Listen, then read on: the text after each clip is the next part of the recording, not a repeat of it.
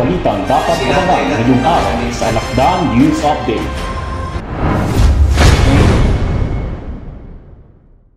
Alakdan Division nagtatag ng kauna-unahang Marriage Booster Interfaith Thanksgiving Service. Bilang bahagi ng patuloy na pagsuporta sa pagkakaisa at katatagan ng pamilya, matagumpay na isinagawa ng 11th Infantry Alakdan Division ang kanilang kauna-unahang Marriage Booster Interfaith Thanksgiving Service noong ika-14 ng Marso taong kasalukuyan sa Kuta General Tidulfo Bautista, Barangay Busbus, Solo, Sulu.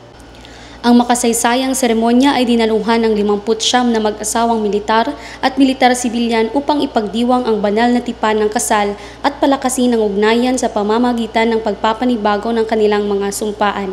Sa temang A Marriage Built to Last, Renewing Our Sacred Vows, binigyan diin ng programa ang kahalagahan ng pananampalataya at pagkakaisa sa matatag na pagsasama. Ang pagpapanibago ng sumpaan ay isang makapangyarihang pagsasanib sa pananampalataya at pagkakaisa na pinangunahan ng imam, division chaplain at pastor. Sumasalamin sa pangako ng dibisyon na igalang at isama sa iba't ibang tradisyon ng pananampalataya. Isa sa mga nagpanibago ng sumpaan ay si Major General Leonardo I. Peña, Commander ng 11 ID at Joint Task Force Orion na nagbigay ng makabagbag damdaming mensahe sa mga mag-asawa. Aniya, upang makabuo ng isang matatag na Alakdan Division at mas malakas na hukbong katihan ng Pilipinas, kailangan nating magtayo ng matatag na pagsasama at pamilya. Ang matibay na pundasyon sa tahanan ay lumilikha ng matatag na komunidad na nagpapalakas sa ating sama-samang misyon.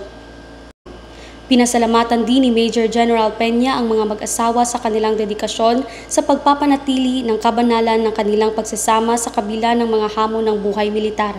Ang pagkakaisa ng pananampalataya at pagmamahal ay patuloy na nagbibigay lakas sa bawat pamilyang Alakdan. Sa ganitong mga gawain, ipinakita ng Alakdan Division ang pangako nito sa pagpapanatili ng matatag na samahan at pagpapalakas ng espiritual na pundasyon ng mga sundalo at kanilang pamilya. Isang mahalagang hakbang sa pagpapatatag ng komunidad at serbisyo sa bayan.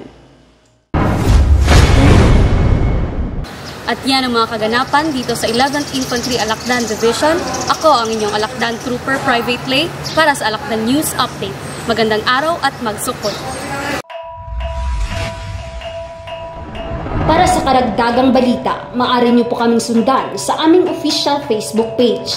Sundan niyo din kami sa aming YouTube channel.